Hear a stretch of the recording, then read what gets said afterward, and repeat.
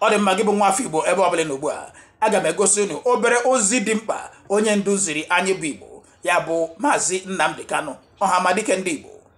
O zipụtara ozi a ka Igbo were ya wee mee gịnị wee tie aka n'obi wee doo onwe ha ọdụ na afọ niile ya na-ata bụ ka Igbo wee dị mma, afọ niile ya na-ata bụ ka ọ dịrị Igbo mma.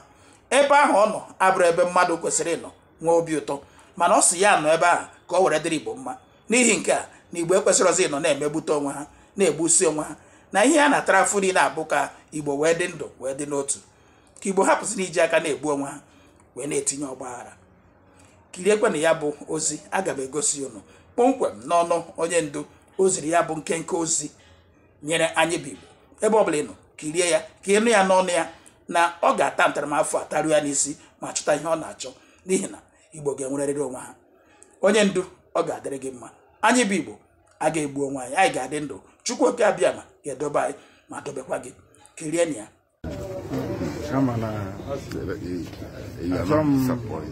No, not at all. What should I do? It's what we expect to have. But I want our people to be very calm. I want Biafra land to be calm and peaceful. Calm and very, very peaceful. We are fighting to defend our people, not to kill them. Yes. We are fighting to defend them. That's why I'm here. I will continue to do so until we get victory. Ije n'ụwa bụ onye mere ike ya ọna, ụwa bụ onye mere ike ya ọna. Ije n'ụwa bụ onye mere ike ya ọna, ụwa bụ onye mere ike ya ọna. Ije n'ụwa bụ onye mere ike ya ọna, ụwa bụ onye mere ike ya ọna. Ije n'ụwa bụ onye mere ike ya ọna, ụwa bụ onye mere ike ya ọna. Ije n'ụwa bụ onye mere ike ya ọna. Chineke mee ọ bụ otu ụwa dị o, Chineke mee ọ bụ otu ụwa dị o. Onye hụrụ taa mana ị ga-ahụ ya echi o. Chineke mee ọ bụ otu ụwa dị o. Ọgwụ ifugo ya, onye ifuru taa ikekwe echi gaghị afụzi ya. Ndị iro ahụ anyị fụrụ taa o nwere ike echi unu agaghị afụzi ya. Ọkwa ọ na-abụ mmiri bajuo n'igwe etu a ọ dịka ọ gaghị ezo, mana ọ ga-ezosi ya gbachaa. Etu a ka aṅụ na-akwụ n'uji a na-aha ya. Ife dị akwụrụ ọtọ ọ dịka ọ ga-akwa mgbidi, mana ọ gbọọ ihe ọkpụ n'ọnụ isi ajụọ ya oyi. Ọkwa unu afụgo ya. Ana m agwa unu na ije n'ụwa bụ onye mere ike ya ọ na. Ọkwa o mere n'ike ya ọ na-ana. Eze onye agwala m o mere ndị Igbo ụra aga n'anya. Echeta Igbo ebebe ka e mere jụọ oyi. Nna m ọha. Hey, ụgwọ kpọrọ ndị Igbo nke izizi ọkwa imere n'ike gị ọkwa ịnabana. O nweghị ihe tọrọ nga ọ bịara. Ọ dị mma ụnụ afụgo ya kwụnkwụ mmemme afọ 8 agaala ọ lawago, mana Chukwu okike abịa ma ga-edobekwa onye ndu ya anọcha si ebe ahụ pụta ma nwetakwa ihe ọ na-achọ, maka na ọ na-abụ onye ọbụla na-achọ ihe ga-achọtarịrị ihe ọ na-achọ. Nnamdi Kanu aka ọbụla ji gị ebe ọbụla ọ nọ ọ ga-agharịrị gị. O ji ihe nwata welie aka elu, aka hụwe ya ya ewetụta ya nwata ewere ihe ya. Mgbe ọ na-ara mgbe ọ na-ebi, ọ bụghị mgbe egbujiri ka ọ na-akpọnwụ. Etu a ka m si na-anabatakwa gị bụ nwafọ Igbo. Ama m na ebe ọbụla n'ugbu a na-ekiri ọnụọkụ a, obi dị m mma na ana m metụ ụnụ mma n'ọnụọkụ a, mana ụnụ ga-agba mbọ dịka m na-agwa ụnụ na-atụsara m ọnụọkụ a, na-ashịa ozi a ka ndị mmadụ na-afụ ya. Ka ụnụ na-atụsa ya bụ ọnụọkụ, ụnụ a na-asọskraịbụ na chanel a, ka ọ ga-abụ nke ọbụla ewepụtara ụnụ enwekwana ike wee fụ ya. Maka na eri anyụ gị bụ ọrịa, mana eri anyụ adịghịkwa mma. Ọ dị mma. Ọ bụrụ na nso nso a dịka m ga na-aga n'ihu, aga m amalitekwa na-ewepụtagasịrị n'ụmụ ihe ndị dị aṅaa. Maka na ọ na-abụ a na-eme ive a na-eme ive, a na-eme ọnwa a na-eme ọnwa, atata ụkwa atatụ akụ. Maka na ọ na-abụ obiọma nyere ụwa. Na nso nso aga m agbakwa mbọ na-ewepụtagasịrị n'ụmụ ihe ndị dị aṅaa unu ga-ejikwa na-amụta ihe na ya dịka kwa uche gị, ebe m ga na-agba ndị mmadụ ajụjụ ọnụ onye ọbụla na-akọwa onwe ya dịka nwa afọ Igbo. Maka na onye ọbụla bụ nwa afọ Igbo kwesịrị ịma onwe ya dịka nwa dị ala, maruo onwe ya ụlọ, mara ntọala ya, etu esi nwee genealogy of Jesus. Etu ịnụgba ịmakwa your genealogy, ịmakwa your generation, ịmaka isi bido. Ihe ndị a ka m ga na-ewepụtagasịrị ụnụ na ọdịnihu. Mana tata eburukwala m bịa ka m si abịa, ka m kwuokwa ka m si ekwu. Na nso a ka m nọ mụ na ofu nwa amadi na-akpa nkata na-ajụ onwe ya ajụ sị, kedu ihe butere ụdị ụgwọ na asị akpọrọ ndị Igbo n'ala anyị bụ Naịjirịa? Nwa amadi a na-achọ ime ka m mata na mgbe gara aga ndị oji egbe achị nara n'ọchịchị bụ nke anụ na-akpọ coup 1966, na asịrị na ọ bụ ndị Igbo mere ya bụ ihe. Nọ mgbe ahụ ka e bidoro kpọwa ndị Igbo asị, nọ ndị Igbo mere ya bụ ihe, gbubenata ndị ugwu na ndị mba ndị ọzọ. Mana ụmụ mana ikpe mara eziokwu aka azụ dị ya, dịka m na-agwa ụnụ na eziokwu dị ka afọ ime, anaghị ekpu ya aka. Tutu ọ na-eru ọnwa 9 ọ ga-apụtarịrị ihe.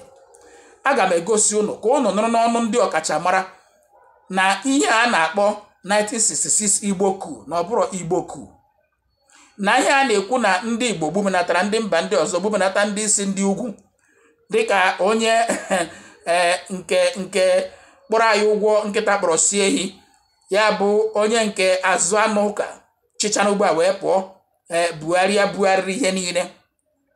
Ọ na-ekwu okwu, ọ na-anụ ka ọ na-asị na ihe ndị Igbo mere ha, ihe ndị Igbo mere ha, na egbumenatara ndị be ha, egbumenatara ndị be ha. Eche ma ọ bụ eziokwu, mana atụpụ nkịta akụrụ ga-egosi ya ọ dịka atụrụ ya mbọ. Ọ bụrụ na ịnụghị nke ebe eziokwu, ga-eche na asị ọ bụ eziokwu. Mere Igbo ji na-asị arụ bụ afọ, ọ bụrụ omenala. Ọ bụrụ na asị nọkata nọte aka, o nwere onye kwupụtara eziokwu, eziokwu ahụ emie n'ala, asị ahụ adịka eziokwu. Tata aga m egosi unu ka unu nụ na ọ bụ ihe a bụ ihe butere mkpọrọmasị ebe nwa amadi a na ndị Igbo nọ, ebe ahụ ka o si malite. Unu ga-anụ ya n'ọnụ otu nwa amadi taa, nụkwanụ nke ebe eziokwu n'ọnụ nwa amadi nke ọzọ, na ihe a sị na ọ bụ Igbo coup na ọ bụrụ Igbo coup. Unu nụsịa ya, unu ewereziere unu gụọ eze ọnụ ọgụ, unu ajụzie onwe unu ajụjụ, unu amarazie ma ụgwọ a kpọrọ Igbo ma ọ bụ ihe ziri ezi. Mana dịka m na-ekwu na ọ na-abụ onye mere ike ya ọ na-agụkwa, onye nke ya batago, n'agbanyeghị ụzọ esi webata ya, n'agbanyeghị ma ọ ga-anọ ma ọ gaghị anọ, maka na ọ bụrụ otu esi gbuo etu esi abụghị ezigbo ọrịa. Mana ka anyị na-elegodi, dịka a gwara onye isi na ndị ọgọ ya na-abịa, ọsọ anya ka ya kpele, mgbe ya kwere ha n'aka ya mara na ha abịarugo. Ka anyị na-ele ya anya, atụrụ sọ dị ihe ka ndamda anya, ka anyị gbakere n'ụjụ na Chinchi gwara ụmụ ya na ihe dị ọkụ ga-emecha wee jụọ oyi. Mana ka onye nke a nọ ugbu a, ka anyị na-elekere na ya, dịka nwanne anyị nwoke bụkwa Okwute na-agbakwa mbọ nke ya ịfụ na ihe ọ tụrụ bụ ihe egotere ya. Agwala m ụnụ na anyị bụ Igbo dịka ero, ọhịa ọbụla sọ nkata, ero agaghị epu n'ime ya. Onye ọbụla fụrụ anyị bụ Igbo cheta ihe gburu nwa ya, ihe gburu nwa ya ga-egbu ya. Onye ọbụla fụrụ anyị bụ Igbo na-ebe, anya mmiri agaghị akụ ya n'anya.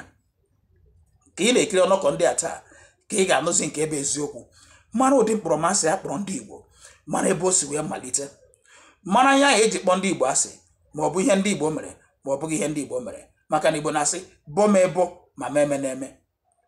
Mana ka unu na-elekwa ihe ndị a, ọ nwere m na-ede agwa ụnụ na o nwere egwu m na-asị, onye eme obi onye eme onye iru abụọ, onye eme obi onye eme onye iru abụọ, onye eme obi onye eme onye iru abụọ, sọsọ Chukwuma onye ebe onye iru abụọ, onye eme obi onye eme onye iru abụọ. Onye aha na-abịa asị gị na ndị asị ndị asị, onye asị onye asị, ọ gwakwala gị nke ya nwe asịrị. Maka na okenye ya na ibe ya na-akpa nkata, ya na-ehi ụra, ọ na-agba ha apịrịko, ọ nọ ebe a nọrọkwa ebe ni. Onwe ka ị ga-esi bịa sị m onye asị onye asị, onye akwuru onye akwuru, ma gị na ha nọ, ị nọ n'etiti ha mgbe ha na-asị ya, gịnị ka gụnwa asị gwara, gịnị ka ị kwuru? Ka ị na-agwa m na ha nọ na-ekwu ya ga-agbachi nkịtị? Ọ bụrụ na ha nọrọ na-ekwu ya ga-agbachi nkịtị, ha ga-afụta gị dịka sabo, ha ga-afụta gị dịka onye iro. Iji gosi na ịbụghị onye iro, ọ ga-enwerịrị nke i kwuru kedu nke ikwuru mgbe ha na-ekwu ihe a ikwuru gịnị tupu ga na-abịa esi m lekwa ihe ha kwuru gwa m nke gị nwa kwuru ya bụ mgbe mmadụ na-asị gị na onye a na onye a onye a na onye a kwuru ihe dị etu a kwuru ihe dị etu a dekwa jụụ maka ọ pụkwa echi o kwuokwa na gụnwa kwuru na gị na onye ọzọ kwuru ọ dị mma na-atụfughị oge ụnụ dịka m na-agwa ụnụ na ọ naghị adị mma mmadụ ịnọ ebe a na-agba afa ọkụkọ eji achụ àjà nwụọ ka m gosi ụnụ ụmụ ihe nkiri ole ma ole ụnụ ga-ekiri wee si n'ime ya wee mụta ihe ofu ga-abụ ihe eji bụ ndị Igbo ebubo ihe eji kpọọ ndị Igbo asị ọ bụ eziokwu ka ọ bụ asị gị kirisia nke ahụ gaa nụzie na ọ bụ n'ihi ihe a bebe ụgwọ nwa amadi abụ Buhari kpọrọ ndị Igbo ebe ahụ ka o si wee malite ebe ahụ ka ndị be ha sikwara wee malite maka na ọ bụ ihe a gwara ha ka ha na-ege ihe ha gere ka ha nụrụ ihe ha nụrụ ka ha na-eme ebe ahụ ka mkpọrọmasị na mkpọrọmụgwọ niile akpọrọ ndị Igbo ebe ahụ ka o si wee malite kirie na ya were ire gị gụọ eze gị ọnụ fụrụ na 1966 Igbo coup a na-ata gị taa na ọ bụ Igbo coup abụrụ Igbo coup ikekwe ọ bụrụ na ụfọdụ n'ime ihe ndị a bụ ihe mere eji meela histrị na ihe metụtara agụmakwụkwọ ala anyị ka ụmụaka anyị hapụ ịma nke ebe eziokwu mana etere ụgbọ etere azụ eziokwu ga-agbarịrị ka ọnwa o mere n'izu o mee n'ọnwa kirikere na ya ka unu were ire unu gụọ eze ụnụ ọgụ. And of course, during the January 15, 1966 military coup, Chief Ekpomoriri and others were removed from office preemptorily by the military coup led by some young idealistic officers. And let me very quickly correct one historical profanity. One historical profanity. Because by the grace of God, I'm not just a lawyer, I'm an historian and an archivist. And things must be put in historical perspective. Whenever I hear people say the 1966 coup was an Igbo coup, it is a lie from the pit of hell. It is not true. It was a coup led by dissatisfied, disgruntled Nigerians. There were 21 people in all, with the forefront leader being Major Kaduna Nzogu Chukwuma from Okpanam near Asaba in the present day state. Therefore, let me tell you that others who have always made them to say it was an Igbo coup were Major Emmanuel Ifeajuna, Major Chris Anuforo, Major Timothy Onwatuego, Major Humphrey Chukwuka, Major Don Okafo, Captain Ben Bullier, Captain Emmanuel Ngobosi, and Captain Ogbu Oji. These were the 7 Igbos. But now, let us look at the list of the coup players. We have Major Adewale Ademoyegun. He was Yoruba. He's the one who authored the book, Why We Struck. We had Captain G. Adeleke. He was Yoruba. We had Captain Fola Oyewole. He was Yoruba. Who authored the book, The Reluctant Rebel. We had Lieutenant Aru Egbiko. He was Isian from our own Edo State. We had Lieutenant Tijani Kasina. He was Hausa Fulani. We had Lieutenant O. Olafe Miyo, Yoruba. We had Captain Gibson Jalo. He was of the Middle Belt. We had Lieutenant Hope Harris Egaga. He was an Urobo man.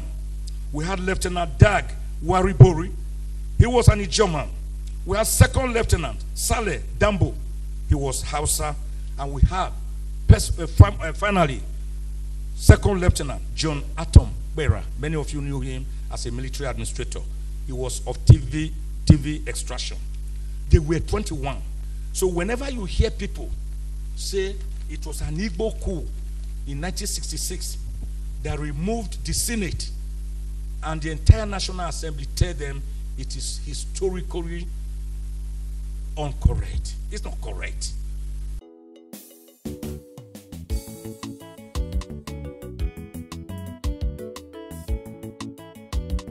I was in APC for 9 months.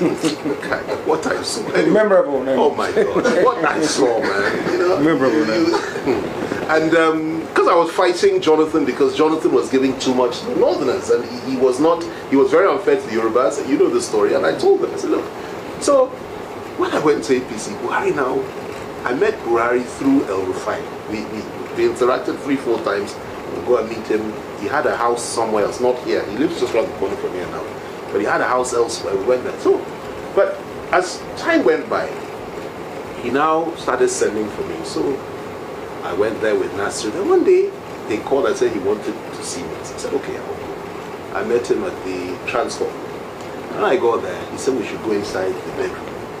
So we sat in the bedroom talking. He started talking. He said, you know, he wants to, I know his aspiration, but he has a challenge with trusting people in view of what has happened to him in the past.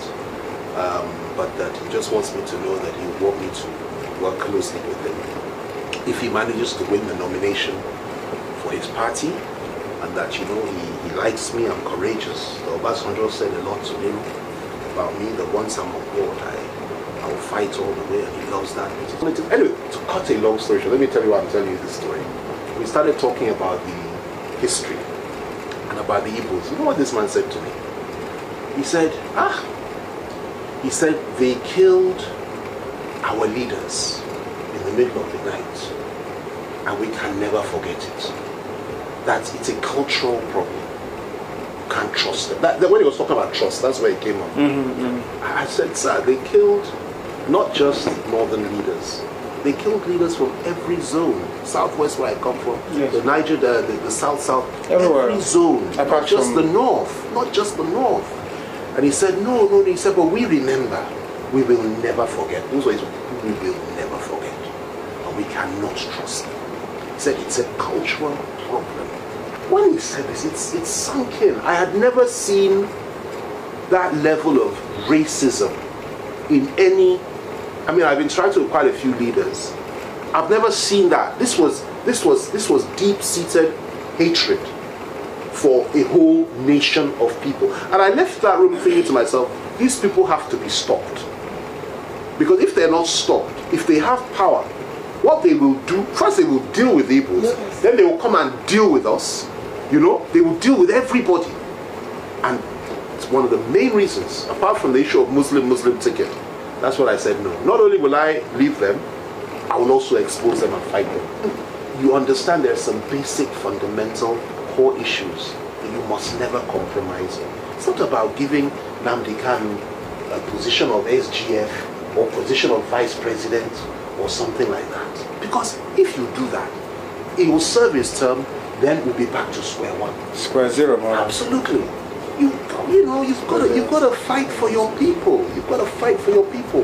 Well, it's a structural, seismic change, both in thinking and in approach. And if they say no, then break it. You know, I told you when we were in detention, the truth is I don't even believe in this union anymore. I don't believe in it. I don't believe in Nigeria. I don't believe that the Northwest and the Northeast, you know, as they are now, should be part of us. Because their whole mindset, their whole, you know, view about the world is different to ours. Igboku. Okwifugo na oboro Igboku. Aha ndị na akpọpụtara ebe aha dị aha 12 na ofu. Ọba aha ndị Igbo, aha ndị Igbo. Okwe nụrụ ma aha ndị ugwu, ma aha ndị mba mmiri, ma aha ndị Yoruba, ma aha ndị ebe ọzọ dị iche iche na ala Igbo gburugburu. Igbo ole ka agụpụtara ebe aha eji tagọ 1966 Igboku. Ndị niile atụkọrọ isi ọnụ wee mee ihe a, ọ bụ sọ ndị Igbo. Ndị niile egburu egbu, ọ bụ sọ ndị Igbo. Ihe a bụ ụgwọ akpọrọ mmadụ. Achọkọta ihe a na-agwa nwa mara mma afọ gasị akụrụ mmiri wee saa ahụ.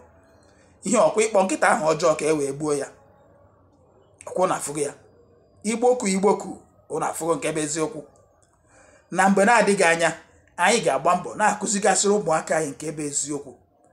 Ewepụrụ history, anyị mara nke bụ eziokwu. onye ogbi si na ya ma ama gbachi nkịtị mana ihe ya na-ekwu dị ya n'ọnụ.